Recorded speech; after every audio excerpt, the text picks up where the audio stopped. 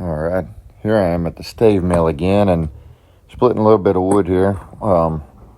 This is all white oak. If you haven't ever watched any of these videos of me at this mill, and as you can see, there's lots of rocks there too. And so I have my Adler super splitter with me in this X27, Fisker's X27. And so what I did was I ended up setting me up a chopping block here in a little bit, which is rare for me. I don't use them often.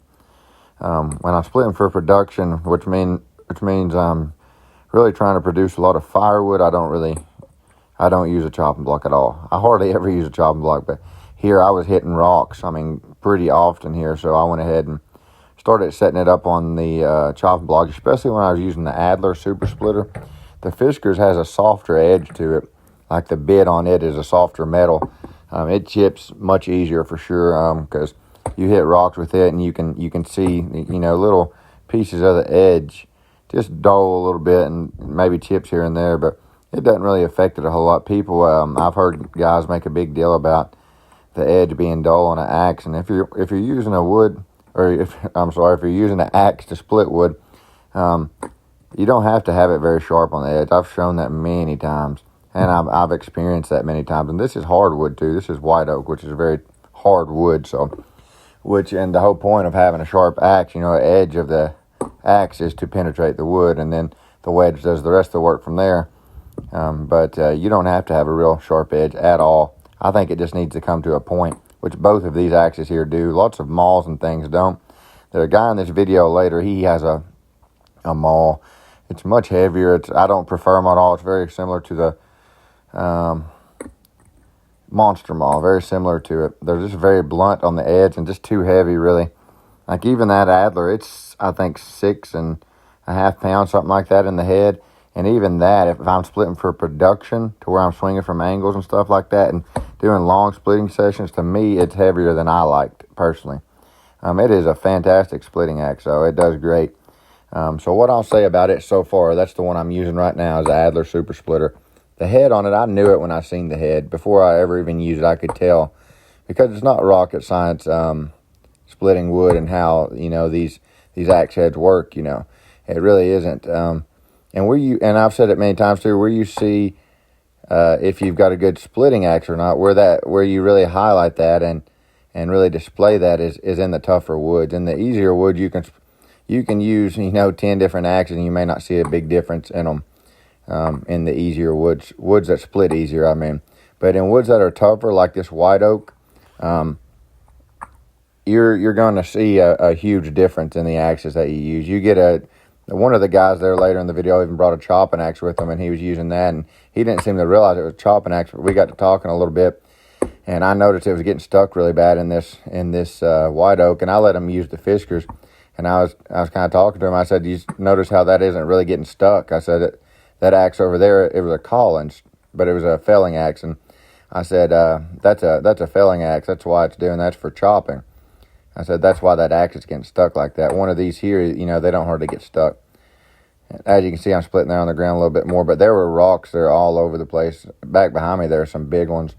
And this day, I don't know why, you probably can't see it right now, but that pile, you probably can't tell very well, but that pile way back there behind that big truck, that's the wood pile that I normally get it from.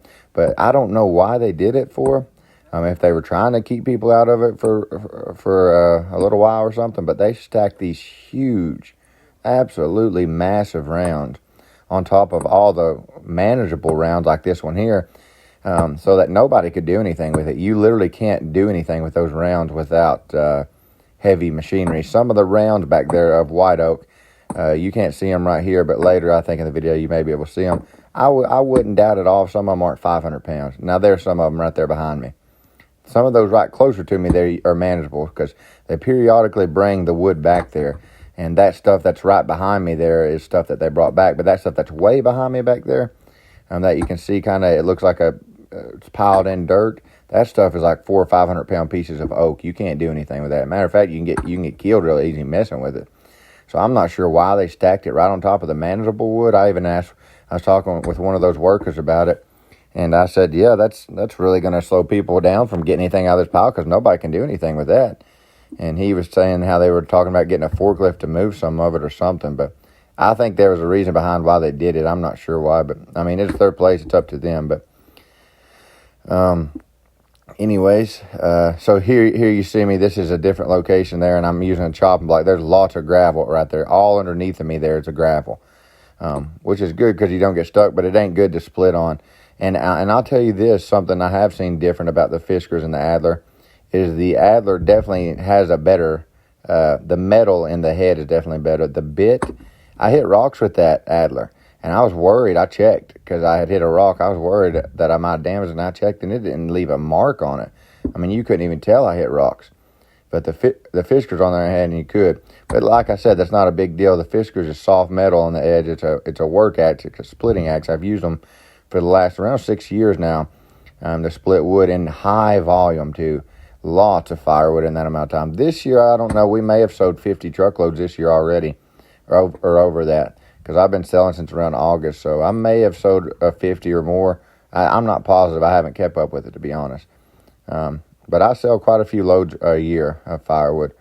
But that Fiskar's, it's softer, so it's easier to sharpen, but it's also easier to damage. So that's why I got this little chopping block here. This isn't something that I usually do at all, but here, this is kind of, I'm having to do things different here at this place. For used to, I wasn't even splitting it here, and then I kept talking to lots of guys and seeing all kinds of other guys doing it, and almost everybody I've talked to that comes there, really, those that have even been coming for a while, they split it there. And I've asked a bunch of them about it, how it burns, and they've all said it burns good, this wood. I asked, I think, 3 guys yesterday. So during this video here, or this day here, I asked 3 guys that day about it, and they all said the same thing. They burned it personally, and they said it was a great wood. A couple of them had outdoor wood boilers, so that might have something to do with it. But I think they said that it would. One of them said it would burn sometimes for 2 days when he filled his boiler up. He said it would burn literally for 2 days sometimes. I'm getting sawdust there, kind of throwing it in the dirt there because it's kind of muddy over there. So I was trying to, I took this wood on this day. I took 2 loads, so I was trying to keep it from getting real dirty. That was another reason I was using the chopping block. But the thing is, it just, the chopping block, in my opinion, needs to be a whole lot bigger around than the rounds that you're splitting, which that one is not. Because if not, they just fall off so easy. As you can see, that's a short chopping block too, which is how I like it. So there's a guy in the background back there, if you can see him swinging. He's the one that showed up there. Had a really nice Ford F-150. It was similar to my first truck I ever got. I think it was the same year, in 95, and it was F-150, but his was a 8-foot bed. Mine was a 6-foot bed, and mine was a standard 5-speed with a straight 6 in it. And his, I'm not sure what engine it had in it, but man, it was in good shape. Whoever he got it from took really good care of it. He said it only had 60,000 miles on it. I don't know if it's in this video, but I really like that truck. But I'll let him try that Adler. He's the one that I mentioned had that big, heavy maul that's similar to the monster maul, which I don't like at all. I truly don't like those at all. I like, honestly, the Adler is fantastic axe. It is. It's awesome. I think many people would love it. I love it. But if I'm going to produce a lot of wood, the Fiskars is still my number one. And I've found that more and more the more I've been using the Adler. The Fiskar just wears you out less. The head is sufficient. The head that does a lot of the work, and then the force that you put behind it, of course. And then swinging from angles like that, I think that Adler is around 31.5 inches. I thought it was 32 altogether, but when the paper that I got with Axe is 31.5, that Fiskars is 36. So you're talking, I think, what is that, 4.5 inches, something like that. So that's quite a bit of extra length there, But I went this day and I split a big load of wood for me, which is around $200. So I had 2 truckloads to sell, and what I did was just got a big load, and then I brought it home because both of the deliveries were in my hometown, not far from home at all. So I brought the wood home. I unloaded it down to a level truckload, and then I took that truckload on, and then I came back and loaded the stuff that I had unloaded to make the other truckload, and I added a little bit more to it to make it a full truck bed. But I've split a whole lot of wood with an axe. I think far more than the average person, because I've done it for a business. And I've talked to so many people, almost everybody I've talked to, really. they seem to think it isn't possible to do that for a business and actually be productive and make a decent amount of money. But one of the guys there yesterday was telling me that exact thing. He was talking about, he said, yeah, you can beat yourself to death on some of this wood. And you can, no doubt about it, the big stuff. But you got to know what you're doing, too. You got to know how to hit the wood, where to hit the wood. And power is a big thing. I've heard that so much. That's the more I hear that, I don't know. I disagree with that so much that power doesn't matter. It's all technique. Yeah, you can say that in easier splitting wood. To get into this tougher wood right here, power matters every bit as much as technique does. So I'm not sure where people's getting that from. I guess the only place I would get that from is, if you're splitting easier woods, and power maybe doesn't matter so much. But power is every bit as important as technique in these tough rounds. It is. If you ain't putting some power behind it, you're not going to be able to do much with some of these tougher woods. So power is definitely important. But and the reason I say that is the guy that was telling me that yesterday, he was a little bit, well, he was a lot smaller than me, but he wasn't a real big guy or nothing like that. And I'm not saying that matters necessarily, because I've seen many small guys. When I was 170 pounds, I had a powerful swing. But there's many small guys that do. So I'm not saying that at all. But I'm saying power does matter, because that guy that was telling me that, he went and started beating on some of those rounds, and he wasn't really doing anything to him. And he was saying, no, I don't think you can split that one down the middle. I don't think you can split that one. And I went over there with the Fiskars and hit it like 3 times and split it down the middle. Not trying to show off or anything, but I was trying to prove a point to him. Yeah, you can split these rounds. You just got to know what you're doing. And having a good axe, too. He was using that Collins felling axe. So I told him to try the Fiskars out. They got, and I'm not speaking of the man there in the background. That's not the guy I'm talking about when I'm saying all this right now.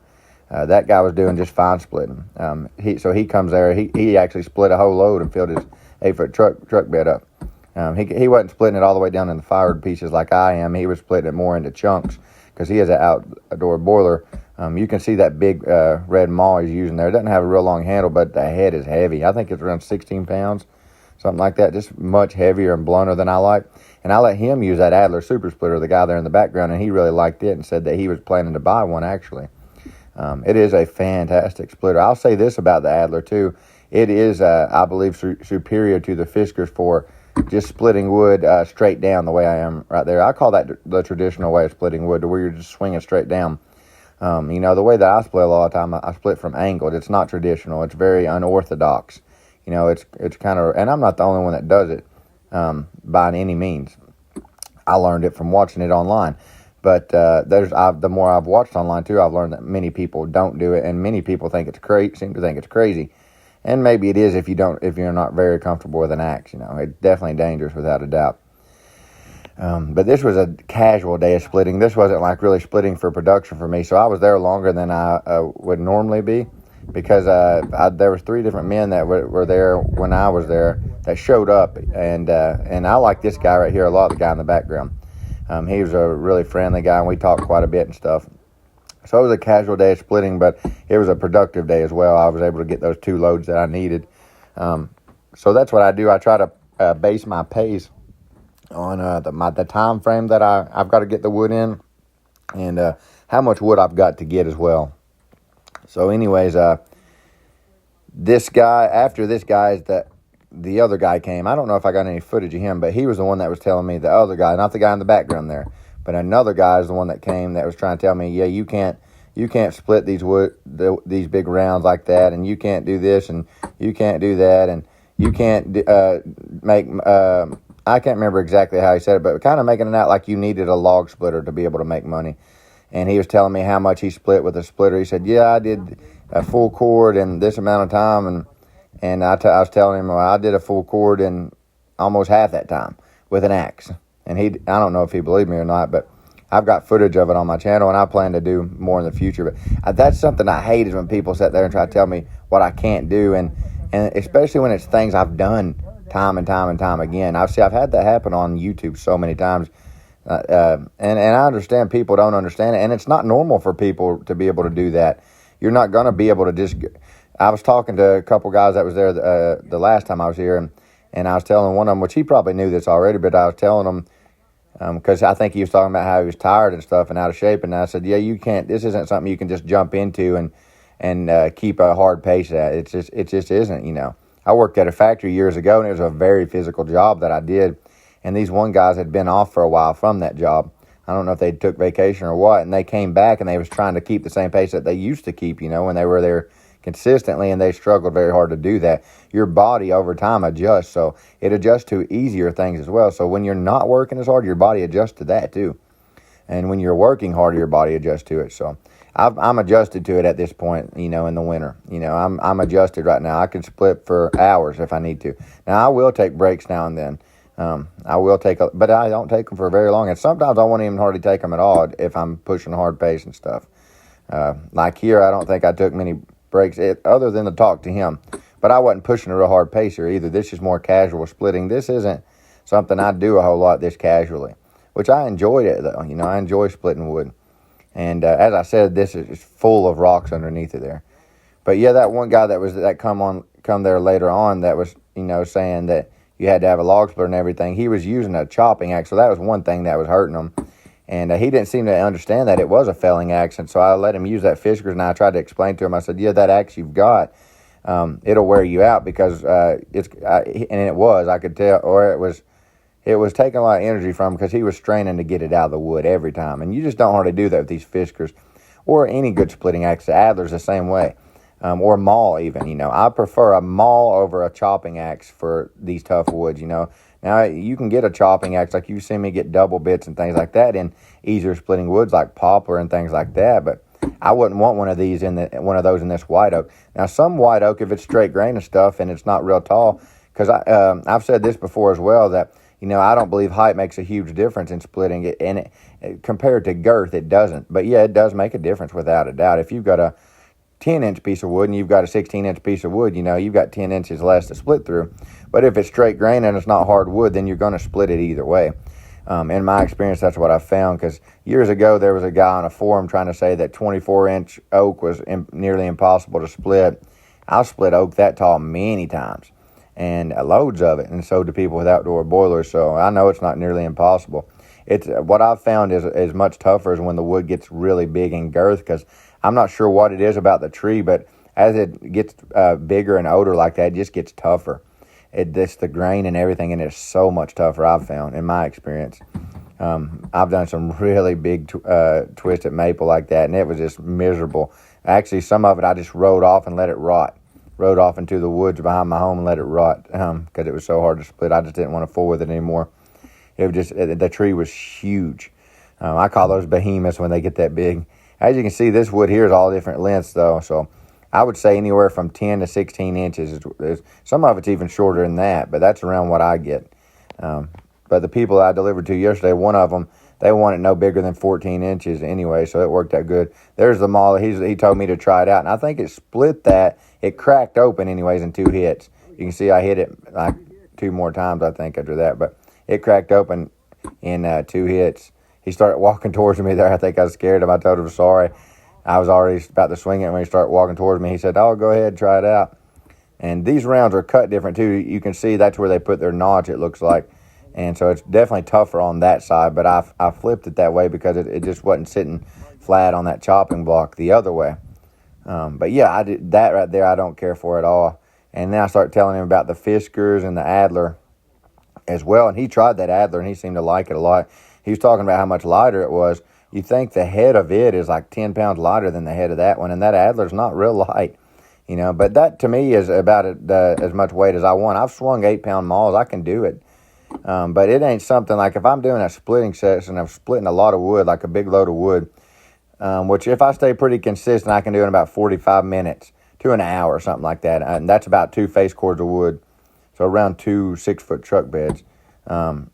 When I'm doing sessions like that, what I've found here just recently with the Adler, it definitely wears you out and takes a toll on me. And I'm in shape for it. I am, and I'm not a small guy, so I can swing an 8-pound maul. I used to split loads of it with a monster maul, which I think was 18 pounds. And so I can do it, but do I enjoy it as much? No. Even that Adler, I really enjoy that Adler. I'm not saying that I love it, and I plan to use it for many years to come, Lord willing. But when it comes to splitting for production, I can tell you hands down already, just from what I've experienced already, I'd take that Fiskers any day over the Adler. for splitting for production, which means splitting a lot of wood in a short amount of time. Just because it's lighter, the head design is fantastic. They're very similar heads, but then it's got more length on it too, which for that weight of that Adler, that 31.5 inches makes sense, you know. But that 36 really gives you more reach, and that's what I'm around 5'10". So I mean, if you're taller than me, it would even more so, you know, than me. You know, I'm just average height. But lots of people don't split like I do either, so I know that's very uncommon. Lots of people split straight down like that, and many people use chopping blocks. So I believe most people would probably favor the Adler in many circumstances. But I really enjoy that lighter weight myself. I've just found, and I've proven this time and time again, it's just not necessary to have that much weight, which that isn't real heavy either, 6.5 pounds, but you can definitely feel the difference between that and the Fisker, which is around 4 pounds. Maybe 4.25. You can definitely feel the difference, and that momentum you can get from that handle. You know, that's what really makes that 4.5 pound or 4.25 pounds, whatever it is, with the Fisker shine, is because you've got that longer handle. I heard a guy say before it didn't make sense to him having that little bit of weight out there on that long of a handle, and I don't know where he's getting that from. It doesn't make sense to me at all. If that Adler, even that 6.5 pounds, was out there on that 36 inch. That wouldn't make that much sense to me because it's just harder to maneuver. So that doesn't make much sense to me. You don't need a real long handle when you've got that much weight on the end.